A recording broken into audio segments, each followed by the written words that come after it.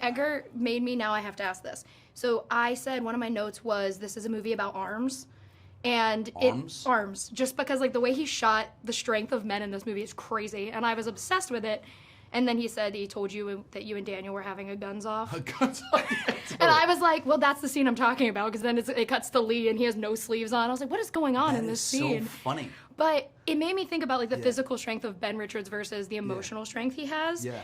What was it like for you to figure out like where you needed to be physically to like show an audience like, okay, like yes, I can survive running for my life for a month. Yes. While also keeping that emotional strength flowing through Ben? That's a great question. I think that one of the things that I wanted with Ben was that I didn't want him to be like, he's not John Wick, right? Mm-hmm. He's not like a professional assassin or fighter, you know. He's a blue-collar guy who just sort of represents blue-collar strength, you know, the everyman strength. And we talked about guys like Harrison Ford, you know, guys that, you know, weren't the guy that delivers the hardest hit, but the guy that receives the hardest hit and still gets up.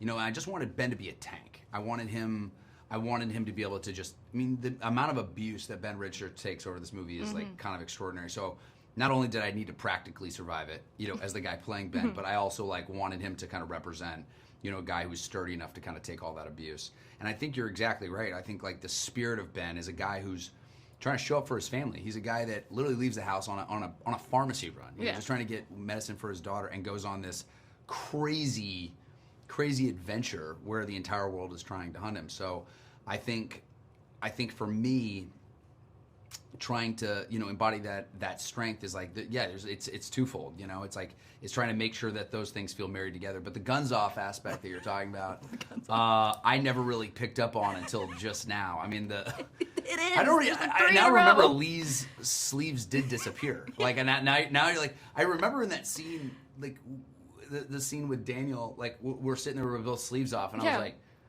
was like, is this weird? Like, is it two guys just like kind of talking about this impending doom of this system, just and like how in we tank escape? tops. Yeah, just like two dudes with tanks on. I don't know, but Lee's, Lee's. I mean, the world appreciates a Lee. That's 6'5". Pace, yeah, 6'5", gun off, yeah. Well, and I wanted to ask, because you said something on Jake Shane's podcast that I really loved, which was about the anxiety of like going to somewhere and being like, why did I say that? Why did I do that? Yeah. And then I was thinking about it in regards to Ben Richards, who is the opposite of that. He doesn't give a shit. He's like, I'll do whatever I want to do, and no one can judge me.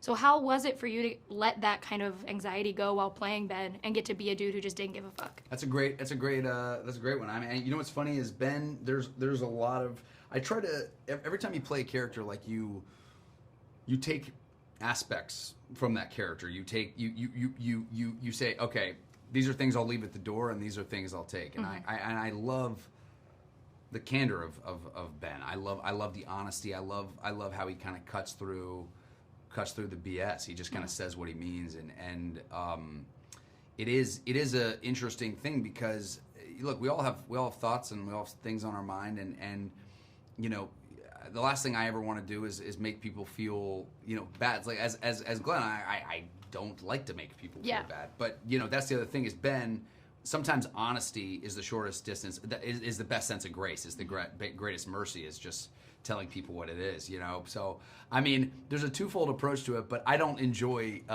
questioning what I say at the end of the night, you know. It's like sometimes we're just wired that way. But, you know, I think there are good aspects of it.